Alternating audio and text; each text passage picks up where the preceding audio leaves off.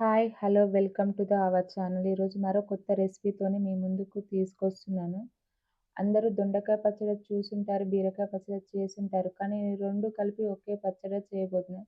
ఎంతైనా కర్రీస్ కంటే పచ్చళ్ళకున్న టేస్టే వేరబ్బా! పచ్చళ్ళని ఇష్టపడేవారుంటే లైక్ ఏసుకోండి.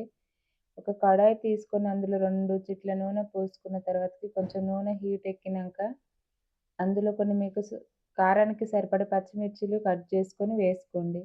పచ్చిమిర్చి వేగిన తర్వాతకి అందులోనే కట్ చేసుకున్న దొండకాయలు అదే పాన్‌లో కట్ చేసుకున్న బీరకాయ. నేను దొండకాయ, బీరకాయ మాత్రం సేమ్ క్వాంటిటీలో తీసుకున్నా. 250 గ్రామ్స్, 250 గ్రామ్స్ లాగా.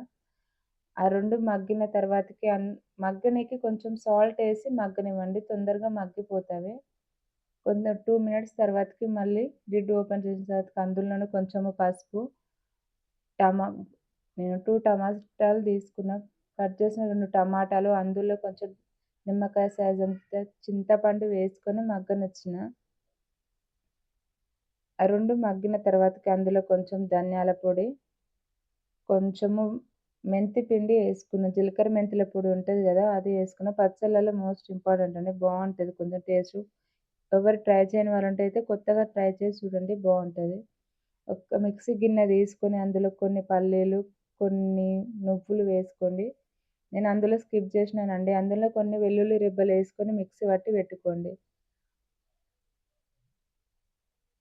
టమాటాలు, దొండకాయ మగ్గిపోయిన తర్వాతకి కొంచెం పుదీనా ఏసుకోండి. పుదీనా ఫ్లేవర్ నచ్చిన వాళ్ళు మాత్రమే పుదీనా ఏసుకోండి. లేకపోతే స్కిప్ చేసుకోండి. చింతపండు ప్లేస్‌లో చింతపండు బదులు కొంచెం పచ్చింతకాయలు ఉంటాయి గదా!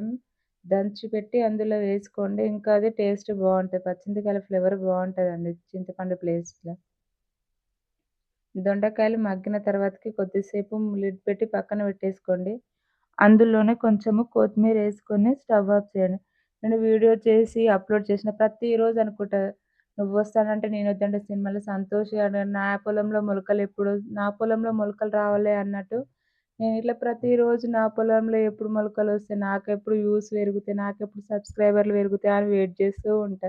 ఆ వ్యూసు రావు, ఆ సబ్స్క్రైబర్లు పెరగరు. అందుకని నేను మాత్రం ఇవి వదులుకోవద్దని అనుకుంటున్నా. యూట్యూబ్‌ని ఇట్లనే ట్రై చేద్దాం అనుకుంటున్నా. మీ పైన డిపెండ్ పడి ఉన్నదండి నా సక్సెస్ అనేది. మగ్గిపోయిన దొండకాయ, టమాటా, బీరకాయ మగ్గిపోయింది. దించేసుకొని ఒక 2 మినిట్స్ చల్లారిన తర్వాతకి మిక్సీ పట్టి పక్కన పెట్టేసుకోండి. మళ్ళీ ఒక చిన్న ప్యాన్ పెట్టుకొని కొంచెం ఆయిలేసుకొని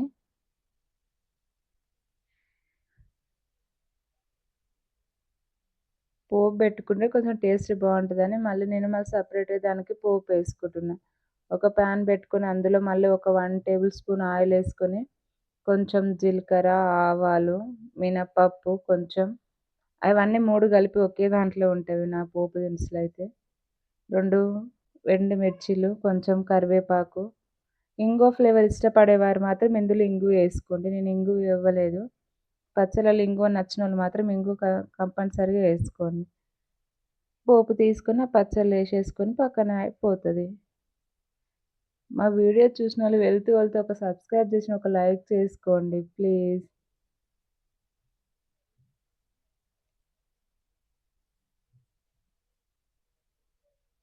మా వీడియోస్ చూసిన ప్రతి ఒక్కరికి థ్యాంక్ యూ అండి. రేపు మరీ ఒక రెసిపీతోని మళ్ళీ మీ ముందుకొద్దాం అనుకుంటున్నా. కామెంట్ చేయండి. ఏ రెసిపీ కావాలో కొంచెం చెప్తే నేను ట్రై చేయగలుగుతాను ఏదైనా రెసిపీ. కామెంట్ మాత్రం చేయండి కొంచెం. మీకెలాంటి రెసిపీ